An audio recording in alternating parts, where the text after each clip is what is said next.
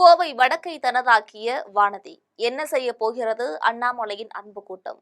இது பற்றி விரிவான தகவல்களை தற்பொழுது பார்க்கலாம்.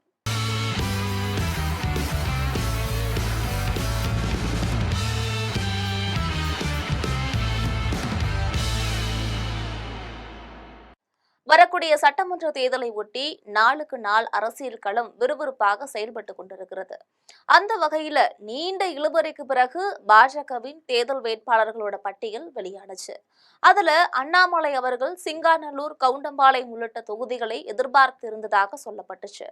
மேலும் கோவை வடக்கு தொகுதியில பாஜக வேட்பாளராக வானதி சீனிவாசன் போட்டியிடுவார் என்ற அறிவிப்பு வெளியானது முதல் கடந்த 4 நாட்களாக கோவையில் அரசியல் கட்சிகள் மத்தியில அண்ணாமலையை மையப்படுத்தி எழுப்பப்பட்டு வந்த விவாதங்கள் முடிவுக்கு வந்திருக்கின்றன.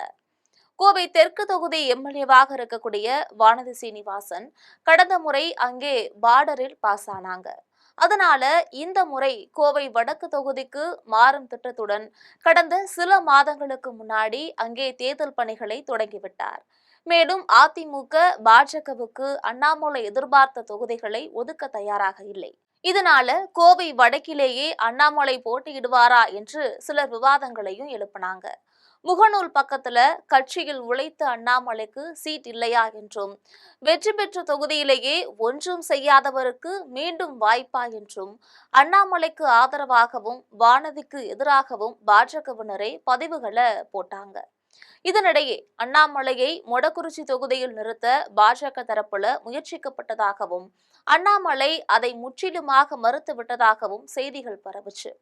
இது குறித்து பேசிய கோவை பாஜக நிர்வாகிகள் சிலர், இந்த தேர்தல்ல பாஜக அதிக இடங்கள்ல போட்டியிட வேண்டும், அதிகமான எம்எல்ஏக்கள் இந்த முறை சட்டசபைக்கு செல்ல வேண்டும் என்பதுல உறுதியாக இருந்தார் அண்ணாமலை. ஆனால் அவர் எதிர்பார்த்தது இப்போது நடக்காது போல் தெரிகிறது. ஒதுக்கப்பட்ட தொகுதிகளிலும் தொகுதிகள் எண்ணிக்கையிலும் அண்ணாமலைக்கு திருப்தி இல்லை. அண்ணாமலையின் ஆதரவாளர்களுக்கும் வாய்ப்பளிக்காமல் ஒதுக்கிவிட்டார்கள். இந்த நிலையில தற்போது கோவை வடக்கில் போட்டியிடக்கூடிய வானதியை அண்ணாமலை அன்பு கூட்டம் புறக்கணித்தால் அவரது வெற்றி கேள்விக்குரியதாகிவிடும். அதனால அண்ணாமலையை சமாதானப்படுத்தக்கூடிய வேலைகள் நடந்து வருகிறது அப்படின்னு சொல்லியிருக்கிறாரு. இந்த நிலையில அண்ணாமலையின் பழைய வீடியோ ஒன்று இப்போது சமூக வலைதளங்கள்ல வைரலாக்கப்பட்டு வருகிறது. அந்த வீடியோவுல பாஜகவுக்காக பலர் உழைத்து உயிரிழந்துள்ளனர். ஒரு எம்எல்ஏ, எம்பி மற்றும் முதல்வர் பதவிக்காக நான் அரசியலுக்கு வரவில்லை. ஐபிஎஸ் பதவியை உதறிவிட்டு வந்துள்ளேன். டெல்லிக்கு மேலாளராக என்னால் வேலை பார்க்க முடியாது.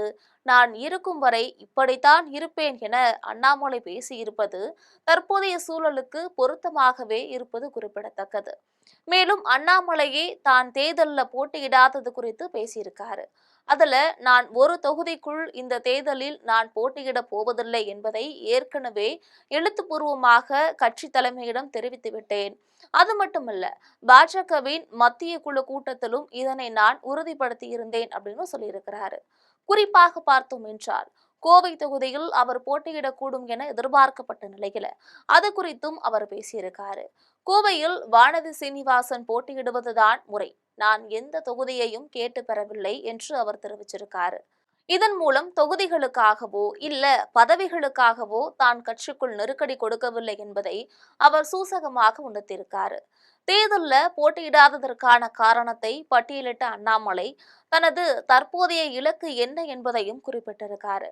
சட்டமன்ற தேர்தலில் வரக்கூடிய 23ஆம் தேதி வரை தமிழகம் முழுவதும் தீவிர பிரச்சாரம் செய்து கட்சிக்கு வலு சேர்ப்பதுதான் தற்போதைய என்னுடைய முதன்மையான பணி என்றும், காலம் இன்னும் இருக்கிறது, காட்சிகள் மாறும், நிறைய தேர்தல்கள் வரத்தான் போகிறது அப்படின்னும், மேலும் தேர்தலில் போட்டியிடாதது குறித்த முழுமையான விளக்கங்களை மே மாதம் 4ஆம் தேதிக்கு பிறகு விரிவாக பேசலாம் அப்படின்னு அவர் கூறியிருப்பது அரசியல் வட்டாரத்துல பெரும் எதிர்பார்ப்பை கிளப்பியுள்ளது. இது பற்றி நீங்கள் நினைக்கும் கருத்துக்களை மறக்காமல் கமெண்டில் பதிவிடுங்கள். இது போன்ற அரசியல் செய்திகளுக்காக எப்பொழுதும் இணைப்பில் இருங்கள் ஜெம் தொலைக்காட்சியோடு.